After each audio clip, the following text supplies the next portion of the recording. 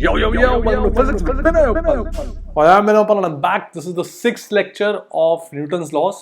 और इस lecture में we are going to do string wedge constraints. We have already studied string constraints, strings at an angle पढ़ा था पिछले lecture में. पहले wedge constraints किया है. Today's lecture we are going to combine both of them. Strings भी रहेंगे, wedges भी रहेंगे. And most of such problems students को usually थोड़ा difficulty होता है. मतलब वो दिखने में complicated दिखता है तो students देख के ही डर जाते हैं काफ़ी लोग. तो that is what we are going to do in today's lecture, and as always हमेशा की तरह we are going to make it look easy. So let's go. So string wedge constraints मैं एक simple example से शुरू करता हूँ. एक ब्लॉक है,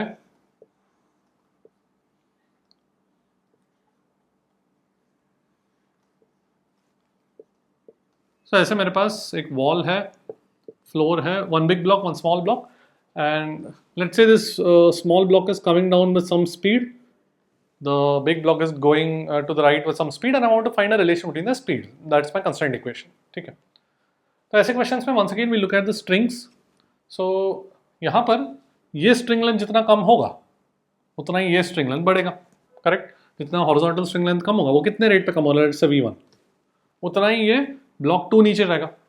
because total string length constant होना चाहिए ना. ब्लॉक 2 का वेलोसिटी में V2 नहीं बोलूंगा V2 because block 2 in ground frame will be going down as well as to the right because block 2 is in contact with the wedge with the block 1.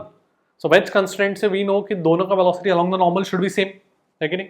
So they are both moving together. So जो block 1 का velocity horizontal direction में रहेगा वो block 2 का भी velocity horizontal direction में रहेगा. और जो डाउनवर्ड डायरेक्शन में रहेगा that will actually be velocity of 2 with respect to 1. सोचो if you go and stand on 1 तो तुमको क्या लगेगा? 2 सिर्फ वर्टिकल मूव करेगा, है कि नहीं?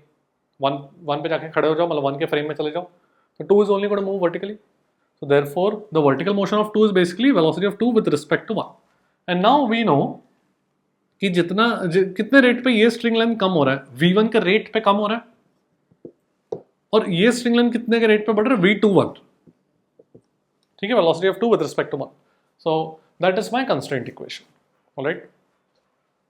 अगर ग्राउंड फ्रेम में मुझे निकला है this is equal to V1 in magnitude, so ground frame में इसका velocity would be root 2 V1. Alright. एक और एग्जांपल करते हैं.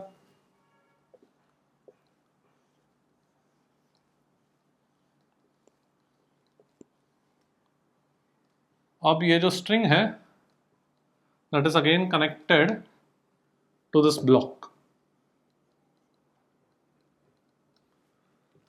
Alright, so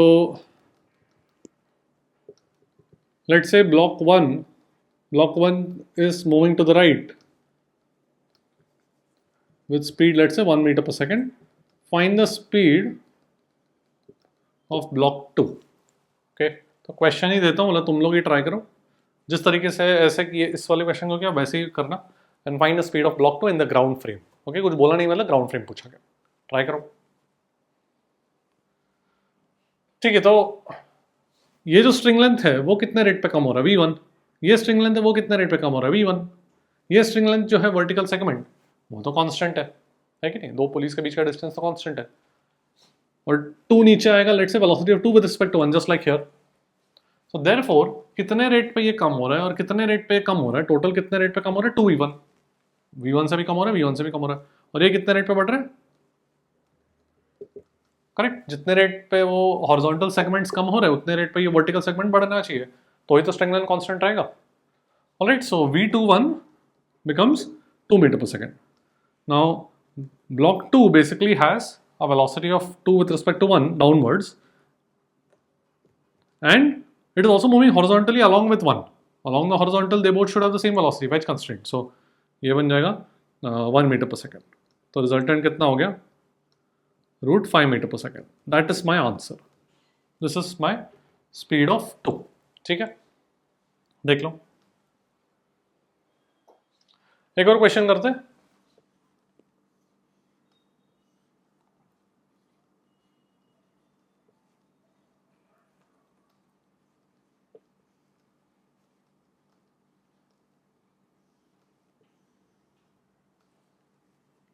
तो अब मैं यहां पर भी एक पुली अटैच कर रहा हूं.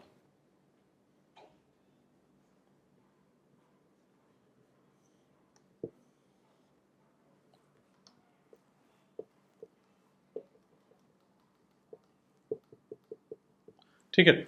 So let's say once again block 1 2 metre पर सेकेंड देता हूँ. Find the speed of block 2. So logic exactly like the previous problem. अभी फटाफट हो जाना चाहिए. ट्राई करो. ठीक है. तो ये हॉरिजॉन्टल सेगमेंट, ये हॉरिजॉन्टल सेगमेंट और ये अभी 3 हॉरिजॉन्टल सेगमेंट्स हैं which are decreasing at a rate of 2 metre पर सेकेंड. ठीक है. सो कितना रेट पे ये हॉरिजॉन्टल सेगमेंट्स डिक्रीज कर रहे हैं? 3 into 2 should be equal to कितने रेट पे ये इंक्रीज करेगा? That is V21. ये वर्टिकल सेगमेंट, ये जो वर्टिकल सेगमेंट है वो तो कांस्टेंट है ना, distance between the pulleys constant है. सो ये कितने रेट पे डिक्रीज इंक्रीज करेगा? V21. So therefore V21 is equal to 6 meter per second. But this is not the answer because I need speed of 2 in the ground frame. So 2 is going down with 6 and going to the right with 2. तो जो resultant होगा that would be 6 और 2 का resultant. सो कितना हो जाएगा? 2√10 metre पर second हो जाएगा. Correct. So that will be your speed. देख लो. अब एक और क्वेश्चन करते हैं जहां पे एक इंक्लाइन वेज लेता हूं.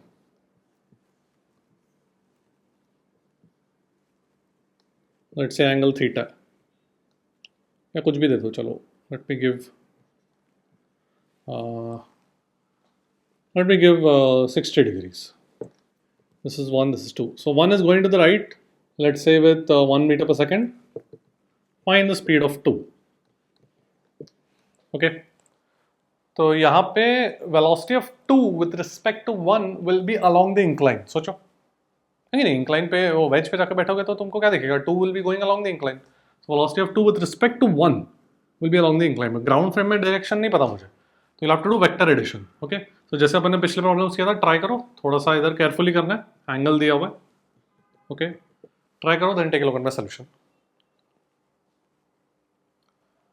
ओके. सो यहाँ पर this rate is decreasing at a rate of 1 metre पर सेकेंड. सो ये स्ट्रिंग, ये segment will increase at a rate of V21, velocity of 2 with respect to 1. Because अगर तुम यहाँ पे वेज पे जाकर बैठोगे या पुली पे जाकर बैठोगे, you will see 2 going down along this incline. But that is with respect to the wedge. Can I say V21 should be equal to 1 metre पर सेकेंड. जितने रेट पे ये डिक्रीज कर रहा है उतने रेट पे ये इंक्रीज करेगा. है कि नहीं? अच्छा.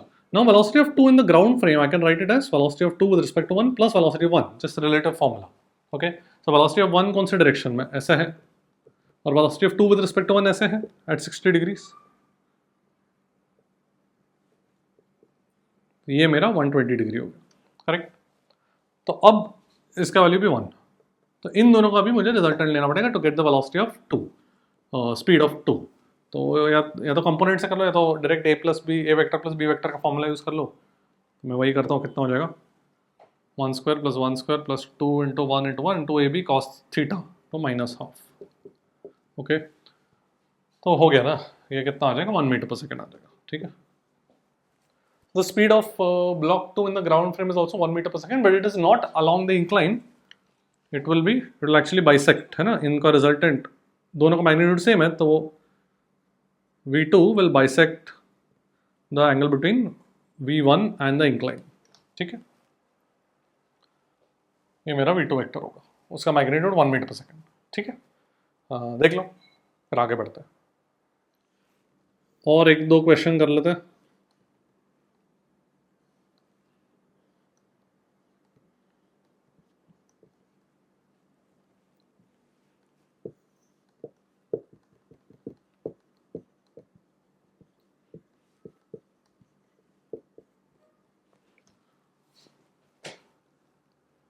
दो क्वेश्चन साथ में देता हूँ.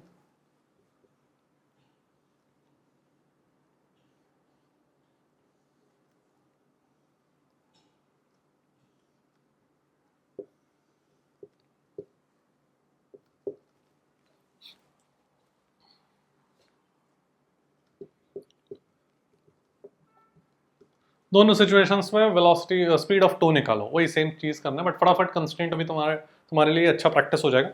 फटाफट करो दोनों and figure out the speed of 2. Alright. So ये जो 1 मीटर पर सेकंड से जा रहा है, तो ये सेगमेंट 1 मीटर पर सेकंड से कम होगा. इसका velocity V21, velocity of 2 with respect to 1, उसके डबल रेट से ये बढ़ेगा. मतलब each of these segments, slanted segments will increase at a rate of V21. है कि नहीं? सो मेरे पास आएगा कितने रेट से कम हो रहा है 1, और कितने रेट से ये दोनों सेगमेंट्स बढ़ेंगे 2 इंटू v21। तो ये velocity of 2 with respect to 1 मेरे पास आ जाएगा हाफ मीटर पर सेकेंड, ठीक है। पर मुझे स्पीड ऑफ 2 चाहिए, तो once again velocity of 1 and velocity of 2 with respect to 1 का रिजल्टेंट होगा, और दोनों के बीच का एंगल 120 है, सो velocity of 2 would be a square plus b square plus 2ab cos theta. So let me just do it here. A square 1 square plus 1 by 4 plus 2 into 1 into half into cos 120, ठीक है। तो कितना आ रहा है यार, 5 by 4 minus half, 5 by 4 minus half मतलब 1 by 4, सो ये 1 by 2 metre पर सेकेंड आ गया। सही कर रहा हूँ कि मिस्टेक किया? 5 by 4 माइनस हाफ है ना, sorry 3 by 4, so root 3 by 2, ठीक है। तो ये मेरा स्पीड आ गया, राइट। नाउ इस सिचुएशन में I hope you are also able to get this. इस सिचुएशन में ये सेगमेंट कम हो रहा है 1 से, ये भी सेगमेंट कम हो रहा है 1 से, तो उतने ही रेट पे ये बढ़ना चाहिए। तो ये 1 से मतलब 2 से टोटल कम हो गया, तो ये लेंथ 2 से बढ़ना चाहिए। तो velocity 2 with respect to 1 should be 2 metre पर सेकेंड, ठीक है। एंड वंस अगेन ये वेक्टर एडिशन करना है, तो मैं डायरेक्ट लिख रहा हूँ v2 is 1 square plus b square plus 2ab cos 120, ठीक है। वो मैंने यहाँ पे 60 डिग्री नहीं दिया, वही 60 डिग्री था वैल्यू, ओके। तो कितना आ जाएगा 1 प्लस 4 5 माइनस 2 3, सो ये रूट 3 मीटर पर सेकेंड हो जाएगा, okay. So those are the answers, I hope you were also able to get them. दिखने में कॉम्प्लिकेटेड है बट एक्चुअली नहीं है, काफ़ी स्ट्रेट फॉरवर्ड है, मेथड फॉलो करेगा तो एज ऑलवेज। देख लो, अब ऐसे सिचुएशंस में देखते हैं यहाँ पे 3 ब्लॉक्स हैं। तो suppose let's say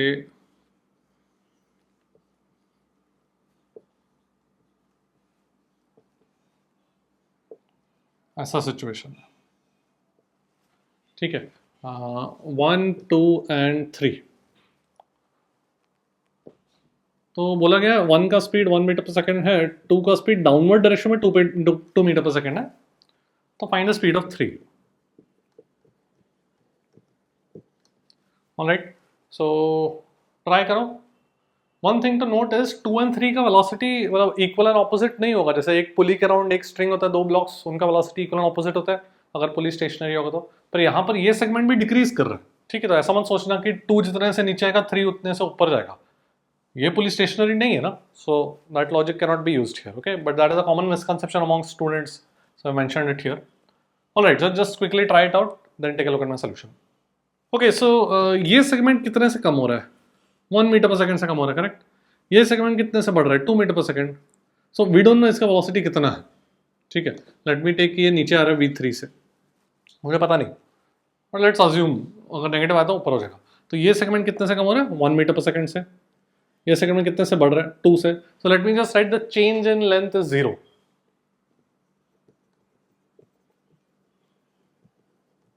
rate of change of string length 0 बोल रहा हूँ मैं, बिकॉज स्ट्रिंग लेंथ कांस्टेंट है, तो एक एक चेंज लिखते रहते हैं। तो ये कितने से कम हो रहा है? 1 से। तो change rate of change is -1। I am not writing magnitude of decrease. अगर मैग्नीट्यूड ऑफ डिक्रीज लिख रहा था like in the previous question, तो मैं +1 लिखता equal to magnitude of increase, ऐसा लिख रहा था ना मैं। पर यहाँ पे 3 सेगमेंट्स है, 3 अलग ब्लॉक्स है, तो let me just right rate of change of each segment and total 0 कर दूंगा, ठीक है। तो कोई भी डिक्रीज हुआ तो नेगेटिव होगा चेंज मतलब फाइनल माइनस इनिशियल। कम हो रहा है मतलब चेंज इज नेगेटिव, सो इसका रेट ऑफ चेंज -1, इसका रेट ऑफ चेंज +2, इसका रेट ऑफ चेंज v3 मैंने मान लिया नीचे आ रहा है, should be 0। So v3 is -1 metre पर सेकेंड, तो मतलब v3 इज 1 मीटर पर second upwards, okay. I hope you have understood. देख लो, फिर एक और क्वेश्चन करते हैं। देख लो, now we have a question that looks a little complicated. बहुत सारे पुलीज है, बहुत सारे ब्लॉक्स है, बहुत सारे स्ट्रिंग सेगमेंट्स है। Looks a little complicated but really अगर केयरफुली करोगे जैसे अपन ने अभी तक किया, बहुत स्ट्रेट फॉरवर्ड। तो क्या पूछा गया? Find the speed of 2।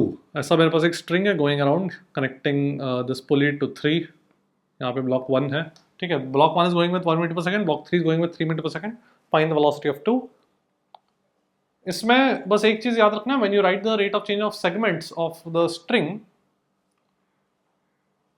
जैसे कि ये रेट ऑफ चेंज है ये सेगमेंट का, वो 3 नहीं होगा, क्योंकि ये इसका रेट ऑफ चेंज किसके फ्रेम में होगा, 2 के फ्रेम में वेलोसिटी ऑफ 3 होगा। सोचो, बिकॉज ये सेगमेंट, मतलब तुम इस पुली पे जाके बैठोगे, मतलब 2 के फ्रेम में जाओगे, तो यू विल सी कि दिस सेगमेंट इज इंक्रीजिंग या डिक्रीजिंग, और उसका rate will be the velocity of 3, but as observed by you who are sitting on 2 wedge 2 पे बैठे हो या पुली पे बैठे हो, और तुम 3 का जो मोशन देख रहे हो, उसका जो वेलोसिटी तुमको दिख रहा है, that will be the rate of change of this length, है ना। तो वो थोड़ा ध्यान रखना है। Okay, similarly for 1, alright, try it out, then take a look at my solution. Okay, so let's say कि velocity of 2 is to the right, पता नहीं मुझे लेफ्ट में भी हो सकता है, मान लिया मैंने राइट का। तो क्या क्या सेगमेंट्स है, ये है, सी ये वर्टिकल सेगमेंट, ये हॉरिजॉन्टल और ये वर्टिकल, वो तो कांस्टेंट है। सोचो, बिकॉज दोनों पुलिस के बीच का डिस्टेंस फिक्स्ड है, यहाँ पे फिक्स्ड है, यहाँ पे फिक्स्ड है, सो ये 3 सेगमेंट का कुछ लेना देना है ही नहीं। अल्टीमेटली मेरे पास यही 2 हॉरिजॉन्टल सेगमेंट है और ये, ठीक है। तो अगर मैं इसका रेट ऑफ चेंज लिखूं, कितने रेट पे ये चेंज हो रहा है, let me again right rate of change of length of string is 0, ऐसा लिख रहा हूं, ठीक है। तो ये कितने रेट पे चेंज हो रहा है, velocity of 3 with respect to 2, है कि नहीं। कितना है, 3 माइनस v2, मैंने v2 राइट में माना है, so this is increasing at a rate of 3 minus v2, correct? Then this is increasing at a rate of velocity of 1 with respect to 2. इसका जो rate of change होगा, that will be the velocity of 1 as observed by 2. Same logic जैसे यहाँ पे किया था। तो ये तो opposite है 1 and v2, तो इसका rate of change कितना होगा, 1 plus v2 into 2, क्योंकि ऐसे 2 सेगमेंट्स है, करेक्ट। तो दोनों सेगमेंट्स का rate of change is velocity of 1 as observe by 2, but this should be 0। हो गया, v2 के लिए सॉल्व कर लो, तो मेरे पास देखो कितना आ जाएगा, 3 plus 2 should be equal to 3v2, so v2 मेरे पास आ जाएगा 5/3 मीटर पर सेकेंड। चेक कर लो, कैलकुलेशन मिस्टेक तो नहीं किया मैंने, सॉरी 3v2 नहीं, सिंपली v2, और माइनस v2 आएगा ना, ये 2v2 है माइनस v2, ओके, तो ये बन जाएगा -5 मीटर पर सेकेंड। तो मतलब माइनस आया का मतलब है कि मेरा जो साइन है v2 का, वो it is opposite to what we assumed, alright. So v2 would be 5 metre पर second to the left. Alternatively, you could have also just gone in the frame of 2 and written constraint for 1 and 3, वो भी कर सकते थे। Effectively यही equation है, because ये भी वेलोसिटी ऑफ 2 के रिस्पेक्ट में ही लिखा है ना अपन ने, ठीक है। देखो, ऐसा एक और क्वेश्चन देता हूँ, एक और क्वेश्चन देखते हैं। आई हैव 3 ब्लॉक्स, 3 का स्पीड 3 मीटर पर सेकेंड टू द लेफ्ट है, 1 का स्पीड 1 मीटर पर सेकेंड टू द लेफ्ट है, find the speed of 2। Okay, carefully करो, then take a look at my solution. Okay, so ये इसका रेट कौन सा सेगमेंट है, ये एक हॉरिजॉन्टल सेगमेंट है, ये एक हॉरिजॉन्टल सेगमेंट है, ये एक वर्टिकल सेगमेंट है जो चेंज हो रहा है, ये तो नहीं चेंज होगा, दो पुली के बीच का डिस्टेंस कांस्टेंट है। सो ये कितने रेट पे चेंज हो रहा है, लेट्स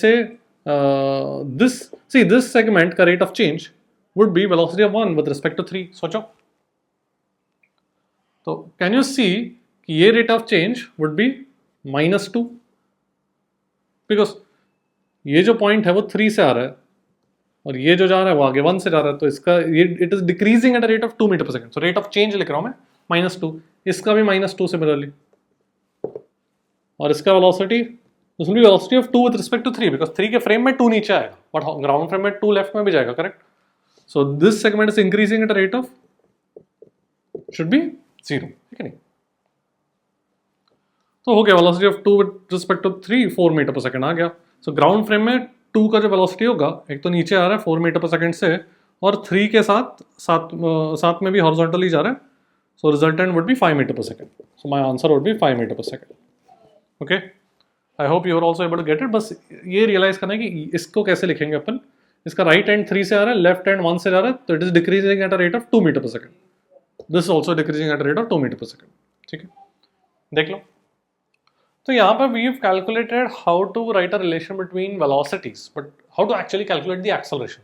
सो अपने को एफपीडी भी ऐड करना पड़ेगा। So let's take an example. Let's take a simple example. चलो, तो एक मैं करता हूँ, सिंपल वाला मैं करता हूँ, और थोड़ा और कॉम्प्लिकेटेड वाला तुम करो।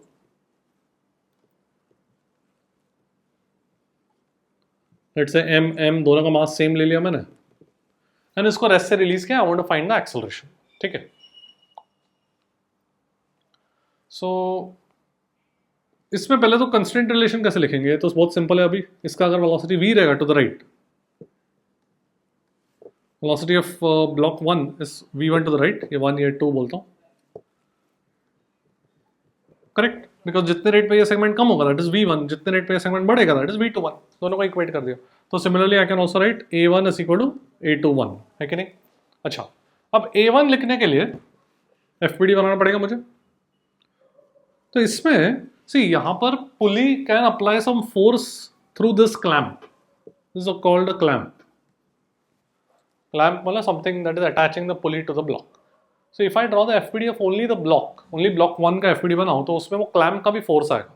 तो in order to avoid that, because that is unknown to us, I take the pulley as part of the block. ठीक है, because pulley is fix to the block, तो I can take it as part of the block. Okay, तो क्या force लग रहा है, एक tension T लग रहा है कि नहीं। Now if I were to take the block 1 and pulley as my system, तो एक नॉर्मल फोर्स भी लगेगा ये छोटे ब्लॉक का, correct. But I can avoid that also if I consider horizontal direction में, if I consider them as one system, because it will be easy to write my force equation, क्योंकि दोनों का acceleration horizontal direction में same है, wedge constraint। तो पूरे system पे of both the blocks I can just directly write कि मेरा external force सिर्फ tension T है यहाँ का, तो I can write T is equal to 2ma1।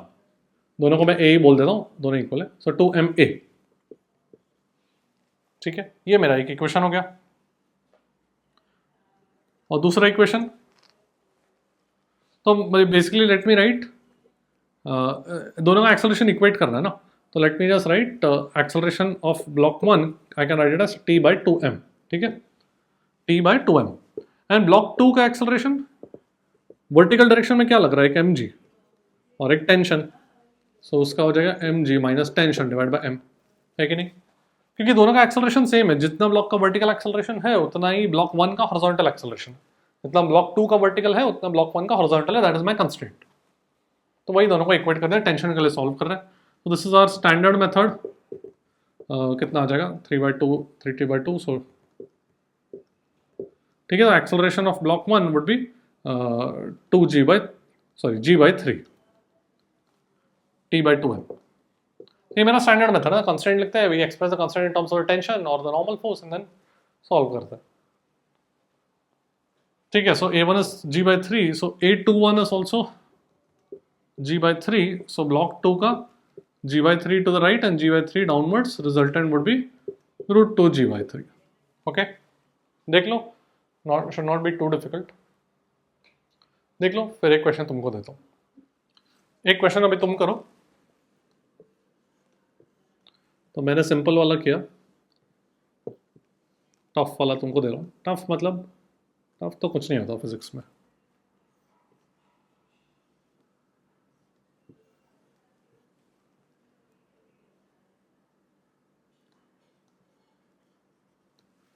Okay, तो ये दोनों का मास सेम ही ले लो। ठीक है, तो एक स्ट्रिंग है जो ऐसे जा रहा है, और it find the acceleration of both the blocks. दोनों ब्लॉक से एक्सेलरेशन निकाल। Okay, try it out, then take a look at my solution. Alright, so अब इसका अगर फटाफट वेलोसिटी के टर्म्स में कंस्ट्रेंट लिखता हूँ, वही रिलेशन मेरा एक्सेलरेशन का भी होगा। लेट्स से v1 और ये नीचे आएगा v21, करेक्ट। तो ये हॉरिजॉन्टल सेगमेंट कितने रेट से कम हो रहा है, v1 से, ये भी v1 से, तो 2v1 से ये दोनों सेगमेंट्स कम हो रहे हैं, और ये दोनों सेगमेंट कितने से बढ़ रहे हैं, v21 से। तो दोनों का फिर से वेलोसिटी सेम आ गया, तो एक्सेलरेशन भी सेम आ गया। ओके, मतलब ब्लॉक 1 का एक्सेलरेशन हॉरिजॉन्टल डायरेक्शन में, ब्लॉक 2 का एक्सेलरेशन वर्टिकल डायरेक्शन में सेम आ गया मैग्नीट्यूड में। ओके, दैट्स बिकॉज यहाँ पे एक स्ट्रिंग मैंने ऐसा सिचुएशन दिया इसलिए. सो फोर्थ इक्वेशन लिखते हैं. अब A1 के लिए if I draw the FPD of block the big block 1, ये 1 ये 2 बोलता हूँ, तो फिर से I will consider this pulley and I will consider both the blocks as one system along the horizontal direction because then it will be easy for me to write the acceleration by avoiding the normal force between them, है कि नहीं. दोनों horizontal direction में तो same acceleration. अब थोड़ा carefully करना है, यहाँ पर टेंशन T लग रहा है और यहाँ पर भी टेंशन T लग रहा है, ये वाले सेगमेंट का भी और ये वाले सेगमेंट का भी, ठीक है. तो वो ध्यान में रखना है.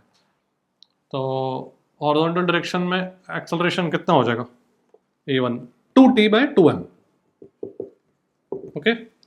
एंड A21 नीचे कितना लग रहा है, ब्लॉक 2 पे नीचे कितना लग रहा है mg, और ऊपर कितना लग रहा है, ये टेंशन T है, ये टेंशन T है, तो इस सेगमेंट इस स्ट्रिंग जो ब्लॉक 2 पे कनेक्टेड है उसमें कितना 2T है ना. सो this will B mg minus 2T/m, okay. That's a vertical acceleration for block 2. Okay, बस हो गया. अभी टेंशन के लिए सॉल्व कर लो. तो देखो कितना हो जाएगा, ये so T will be equal to mg/3 this time, and therefore acceleration of block 1 would be g/3 to the right, and block 2 का by g/3 resultant would be √2 g/3, okay. ठीक है. so this will be our answer. Check कर लो calculation mistake तो नहीं किया मैंने. Alright, बस ये थोड़ा केयरफुली करना था कि यहाँ पर भी टेंशन लगेगा, यहाँ पर भी टेंशन लगेगा, ओके. देख लो, फिर आगे बढ़ते. एक 3 ब्लॉक्स का भी करते हैं. तो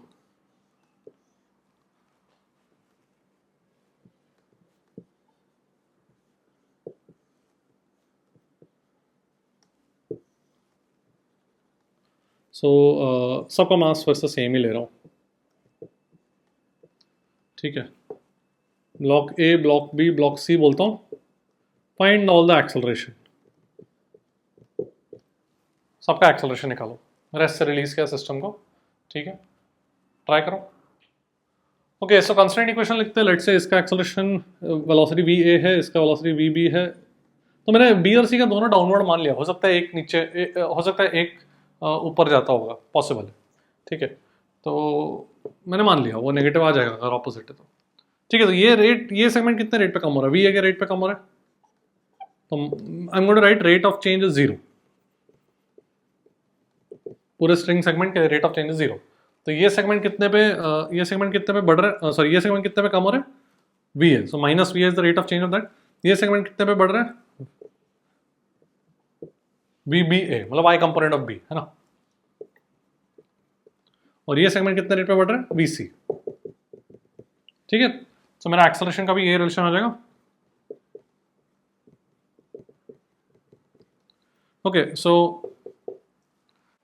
एक एक्सेलरेशन वंस अगेन, यहाँ पे टेंशन T लग रहा है और पूरे A और B को एक सिस्टम मान लूंगा हॉरिजॉन्टल डायरेक्शन में. So I can write T/2m acceleration of A, negative sign. Acceleration of B with respect to A, मतलब वर्टिकल डायरेक्शन में, नीचे mg ऊपर T, है कि नहीं. नीचे mg ऊपर T, और C का फिर से नीचे mg ऊपर T शुड बी 0. हो गया. टेंशन सॉल्व करना, फिर तो एक्सेलरेशन आ जाएगा सबका. तो देख लो यार, ये कितना हो जाएगा, -T -2T -3/2 -5T/2, 5T/2 should be equal to 2mg, है कि नहीं. Tension is 4mg/5. I hope मैंने कैलकुलेशन मिस्टेक नहीं किया, ओके. ऑलराइट, तो टेंशन मेरा 4mg/5 आ गया. और क्या क्या पूछा है, एक्सेलरेशन. तो एक्सेलरेशन ऑफ A कितना हो जाएगा, T/2m, तो वो 2g/5. एक्सेलरेशन ऑफ C पहले निकालता हूँ, mg - T/m, तो g/5. तो पॉजिटिव है, मतलब मेरा साइन करेक्ट है, ठीक है. मतलब मेरा डायरेक्शन अज्यूम जो किया था मैंने डाउनवर्ड जा रहा है वो करेक्ट है, okay. So AC is g/5 downwards. So block B का क्या हो जाएगा, ब्लॉक B का भी g/5 downwards. So g/5 downwards and 2g/5 to the right, okay. फिर रिजल्टेंट तुम ले सकते हो. Alright, so this will be the accelerations of all the blocks. So very simple, as always, write the constraint, get the constraint in terms of tension, solve for tension, फिर individual acceleration जिसका भी पूछा गया वो निकल जाएगा. देख लो. Let's look at a very nice question. तो थोड़ा दिखने में कॉम्प्लिकेटेड है बट नहीं है. तो ये एक मेरे पास ब्लॉक बी है which can slide along the incline and एक रॉड है A. A is a rod connected to the string. ठीक है. So I want to find the acceleration of B and both have the same mass. तो यहाँ पे बस डरना नहीं है, कंस्ट्रेंट इक्वेशन लिखना है, ये सेगमेंट का रेट ऑफ चेंज, ये सेगमेंट का रेट ऑफ चेंज लिखना है, and then get tension and then get acceleration. ठीक है. तो बिना डरे just carefully methodically try to solve the question then take a look at the solution. Okay, so सबसे पहले तो कंस्ट्रेंट लिखते हैं. See let's say velocity of B is this way. तो ए का जो वेलोसिटी होगा वो परपेंडिकुलर टू द इंक्लाइन होगा विद रिस्पेक्ट टू बी. सो जब बी के फ्रेम में जाके देखोगे तो ए कैन मूव इस तरीके से, correct. So velocity of A with respect to B would be along the string. ठीक है. तो ये कितने रेट पे बढ़ रहा है, ये कितने रेट पे बढ़ रहा है, वी बी. और ये कितने रेट पे कम हो रहा है, ये string segment. Velocity of A with respect to B, correct. So see along the incline A और बी का वेलोसिटी सेम ही होगा बिकॉज वेज कंस्टेंट से वो साथ में मूव करेंगे along the incline. But B के रिस्पेक्ट में वो ऊपर भी ऐसे जाता है perpendicular basically along the normal to the incline. ठीक है. So I can write rate of increase of this segment is V B should be equal to rate of decrease of this segment which is VA with respect to B. Correct? Alright. So similarly acceleration. Alright, अभी B का acceleration क्या होगा? Now यहाँ पे थोड़ा carefully करना है because अगर मैं B का सिर्फ FPD बनाऊँ, B and obviously पुली का भी बनाऊंगा, तो उस पर एक टेंशन लगेगा, एक mg sin 37 लगेगा, मतलब 3 mg/5 लगेगा, और A के कारण नॉर्मल फोर्स भी लग सकता है ना. तो उसको अवॉइड करने के लिए मैं ए को भी पार्ट ऑफ माई सिस्टम ले लेता हूँ as far as the direction along the incline is concern because दोनों का acceleration along the incline same है. So that will be easy. So can I just write acceleration of B would be 3 mg/5 minus T divided by total mass 2m because दोनों को साथ में लिया मैंने along the incline. सो ये मेरा A B हो गया. एक्चुअली यहाँ पर एक मिस्टेक किया मैंने, यहाँ पर दोनों का मास, दोनों का ग्रेविटी लगेगा ना, तो 6 mg/5 हो जाएगा. सोचो. ठीक है. So 6 mg/5 minus t divided by 2m would be the acceleration of B along the incline should be equal to acceleration of A with respect to B. So A पे क्या क्या forces लग रहा है along the normal, tension T along the normal to the incline and mg cos 37 which is 4 mg/5. यही लग रहा है. See B के रिस्पेक्ट में A पे अगर मैं FPD बनाऊँ तो एक्चुअली सूडो फोर्स भी आएगा बिकॉज B नॉन इनर्शियल है, B एक्सेलरेट कर रहा है. बट जो एक्सेलरेशन है B का वो तो अलॉन्ग द इंक्लाइन है. तो अलॉन्ग द इंक्लाइन तो सूडो फोर्स का कोई कंपोनेंट इसके अलॉन्ग तो आएगा नहीं, नॉर्मल के अलॉन्ग. इंक्लाइन के नॉर्मल के अलॉन्ग ही मुझे एक्सेलरेशन चाहिए ना. So acceleration of A with respect to B in this manner would be T minus 4 mg/5 divided by m. ठीक है. हो गया. अभी टेंशन का सॉल्व करना है. देखो कितना आ जाएगा. ये 2t 8 8 6 14 तो टेंशन आ जाएगा 14 mg/15. सही कर रहा हूँ क्या? देखो 2t 8 8 6 14 2 + 7 3 5. हाँ ठीक है. तो एक्सेलरेशन बी चाहिए ना, मतलब ये चीज़ हो गया. या ये भी कर सकते हो, दोनों इक्वली है. कितना आ जाएगा यही कर लेता हूँ. चलो 14/5 तो 14/15 माइनस 4/5 मतलब 14 माइनस 12. ठीक है. तो 2g/15 आ जाएगा. ओके देख लो. I hope you are also able to get it. It's not a very difficult question but carefully करना है थोड़ा. Right. Now, एक important case. See, we saw this example, this situation.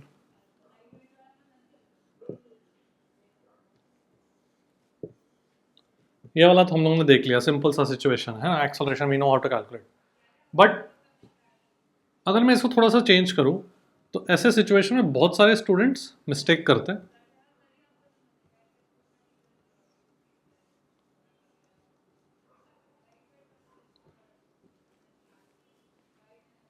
Alright, so I'm changing the situation a little bit. Block को मैंने left side पे लगा दिया.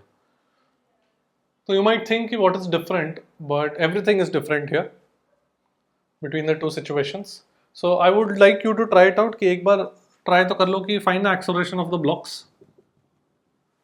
Find the acceleration, दोनों का मास सेम लिया, find the acceleration of the blocks. Try करो। इसमें और इसमें क्या फ़र्क है कि सी अगर इसका वेलोसिटी v1 है ऐसे और इसका वेलोसिटी v2 है, ये कितने रेट पे कम होगा v1 और ये कितने रेट पे बढ़ेगा v2, इक्वल कर दिया। तो वही तो ये यहाँ पर भी किया था ना, यहाँ पर फर्क देखो, यहाँ पर दिस ब्लॉक का velocity was 2 with respect to 1 downward because the block 2 and block 1 का हॉरिजॉन्टल डायरेक्शन में सेम वेलोसिटी था। दिस सिचुएशन में that is not going to be possible because contact cannot be maintained here. सोचो, contact cannot be maintained between the two blocks because as soon as block 2 acquires some acceleration or some velocity, it will start moving to the right, but there is no force on block 1 that can push it to the right. सोचो, normal force अगर लगेगा 1 और 2 के बीच में तो left में लगेगा ना 1 पे, तो ऐसा तो हो नहीं सकता है कि 1 पे लेफ्ट में नॉर्मल फोर्स एक्सेलरेट करेगा, 2 को राइट में करेगा, तो कॉन्टैक्ट लॉस हो जाएगा, तो नॉर्मल फोर्स रहेगा ही नहीं in the first place. So basically there is no contact here, that we had to deduce. So the entire velocity of 2 is only going to be in the downward direction। ठीक है, entire velocity of ये 1 लिया ना मैंने, हाँ, entire velocity of block, the small block is going to B in the downward direction, so acceleration also going to B in the downward direction. ठीक है, तो इसका एक्सेलरेशन बोथ आर इक्वल। ठीक है, तो यहाँ पे कॉन्टैक्ट नहीं है। Right, so now I can right a1 is equal to a2। a1 को भी मैं क्या लिख सकता हूँ, t by only m, because now I cannot consider them as one body because they are not moving together in the horizontal direction। ठीक है, और यहाँ पे कॉन्टैक्ट है भी नहीं, तो इस ब्लॉक, बड़े वाले ब्लॉक पे सिर्फ टेंशन t लगेगा हॉरिजॉन्टल डायरेक्शन में, t by m should be equal to a2 का वैल्यू कितना हो जाएगा, mg minus t by m। ठीक है, तो t का वैल्यू mg by 2 और दोनों का acceleration g by 2। Right, that will be the situation here। So this chota block will have a vertical acceleration only of g by 2। Okay, देख लो, ये ध्यान में रखना। That's it for today, see you at the top, good night।